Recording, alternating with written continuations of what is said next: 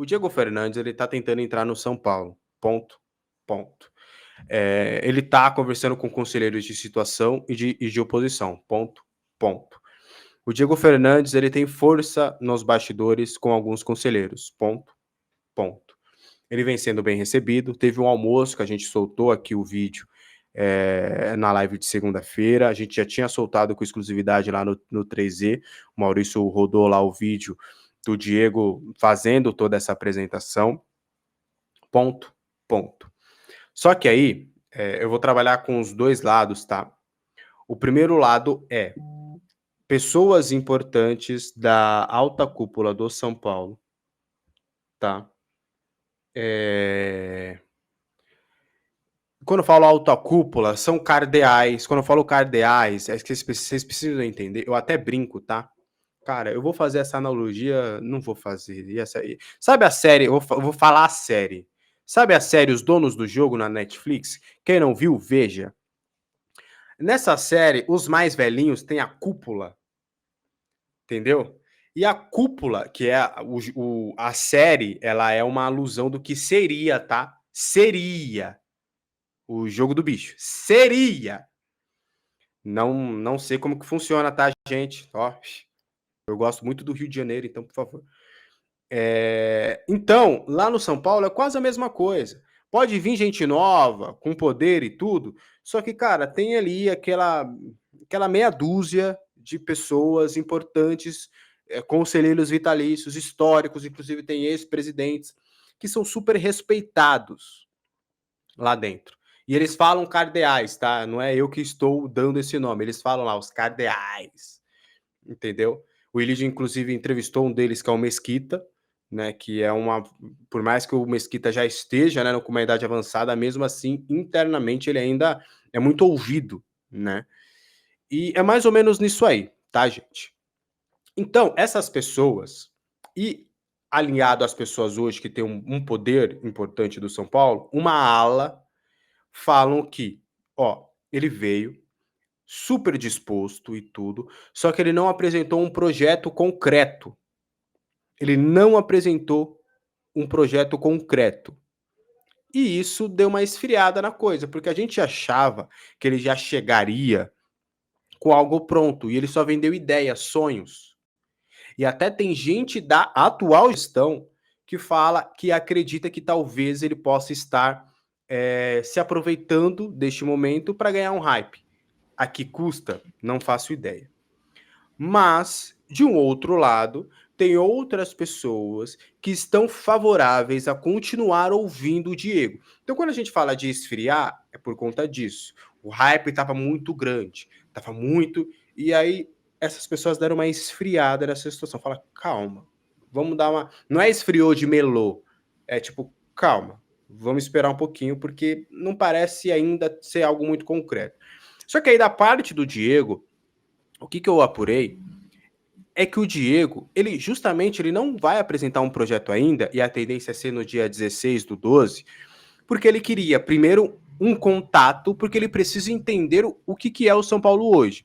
Quais são as regras do estatuto, como é que funciona hoje o sistema político.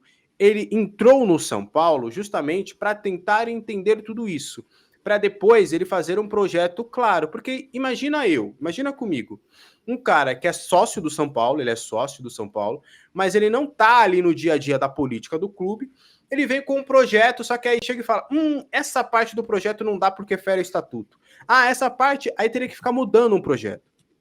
Então, a ideia dele seria: cheguei, estou entrando nessa situação, estou de olho nisso, e aí depois eu vou fazer um projeto de fato. Ao que indica, ele teria um aporte de 1 bi, só que esse 1 bi não seria para agora. E aí isso também não está muito claro no projeto de negócio, que é o que deve acontecer no dia 16. Ele vai chegar e falar, ó, eu tenho aqui esse valor, digamos, tá, que ele tenha 1 bilhão para entrar no São Paulo. Eu tenho esse valor, a ideia é entrar no clube como um social, como uma SAF. Eu entrando no clube como uma SAF, desses 1 bilhão, 200 milhões de aporte inicial já para o pagamento imediato das dívidas, outros 100 milhões para reforços e os outros 700 milhões vão ser distribuídos durante, exemplo, 5 anos. É um projeto de negócio que ainda não aconteceu. Então, eu, Alex, o que eu falaria para todos os torcedores? Vamos esperar. Não vamos achar que ele é o salvador da pátria e também não vamos achar que ele é um falastrão, um fanfarrão que quer se aproveitar do clube. Vamos aguardar. Só isso.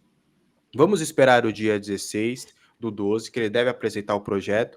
E aí, depois do projeto de fato mostrado, a gente analisa esse projeto e fala: legal, a gente gosta ou a gente não gosta?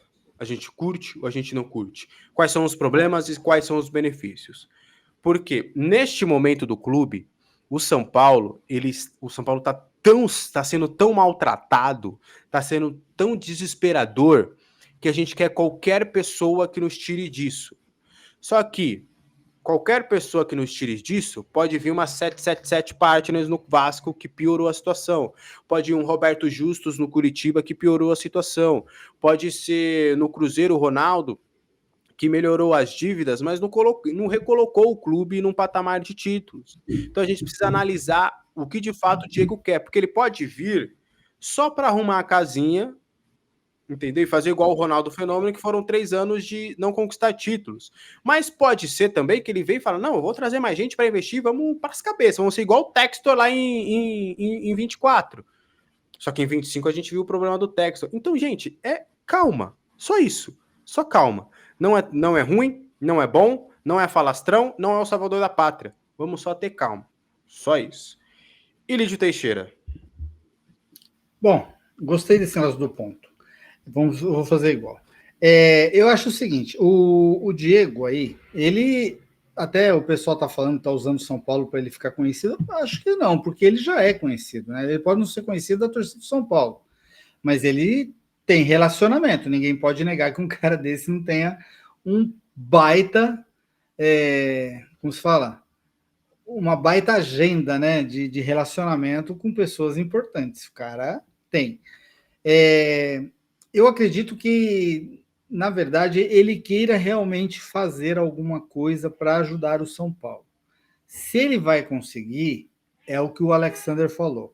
Vai depender muito do projeto que ele vai apresentar. Porque o que acontece? Para voltar na parte dos pontos, né? A diretoria do São Paulo vai facilitar isso para ele? Não vai. Ponto. Porque eles não querem perder a mordomia que eles têm dentro do clube. Ponto. Então, o Diego tem que apresentar um projeto muito, mas muito bom. E vai ter que ser um projeto no qual alguns cardeais não percam totalmente a sua autonomia dentro do clube. A primeira coisa que nós ouvimos dele falar é que ele quer separar o social do time de futebol, o clube social do time de futebol. Isso é uma coisa meio óbvia, mas é uma coisa que a diretoria, algumas, não vou falar a diretoria inteira, porque não é a diretoria inteira, mas grande parte dos conselheiros e da diretoria não concordam, porque sabem que é do futebol que vai o dinheiro para o social também. Então, o social sozinho, ele se mantém, mas talvez algumas coisas, algumas benfeitorias que eles querem fazer para o clube, o dinheiro todo não dê para fazer, ou não dê para fazer no tempo que eles acham que precisam. Então, assim, o Diego vai ter que apresentar um projeto muito bom, muito compensador para todos os lados, inclusive para a diretoria. Se for para ele só colocar dinheiro no clube, eu não vejo tanta, como se diz, não acredito que seja tanta vantagem, porque o que a gente tem lá, o maior problema que o São Paulo tem é de gestão. Então não adianta você dar o dinheiro na mão desses caras que eles vão gastar errado. Eles vão fazer coisa errada de novo e o São Paulo vai continuar na mesma.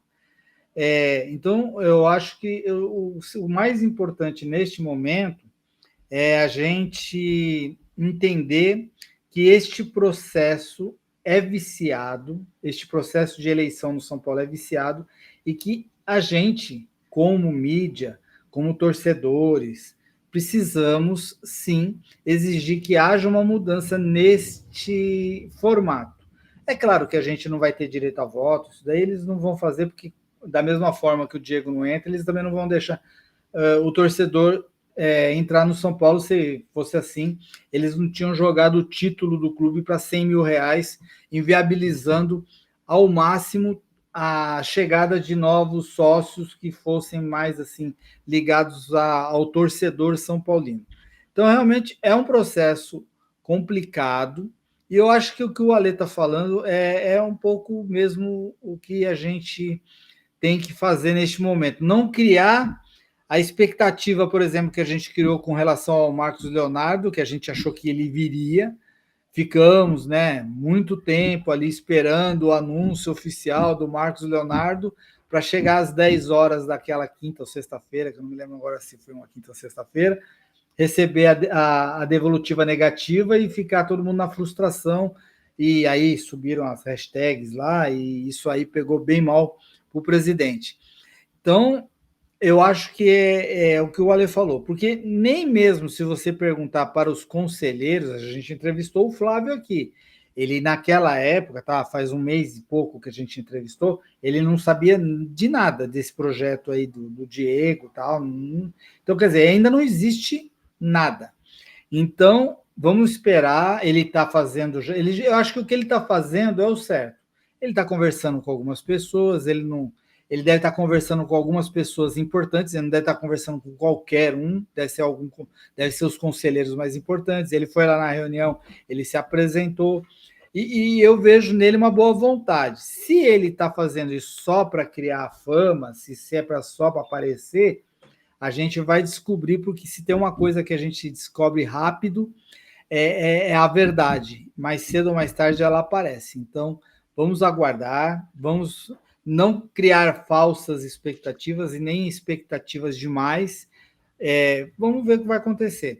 Tomara que ele seja um novo Paulo Nobre para o São Paulo, um Paulo Nobre para o São Paulo, que consiga fazer com que a gente saia de uma situação muito difícil, como o Paulo Nobre tirou o Palmeiras na época, antes de Tia Leila, antes de Crefisa, antes de um monte de coisa. A gente está precisando de uma gestão melhor e mais consciente.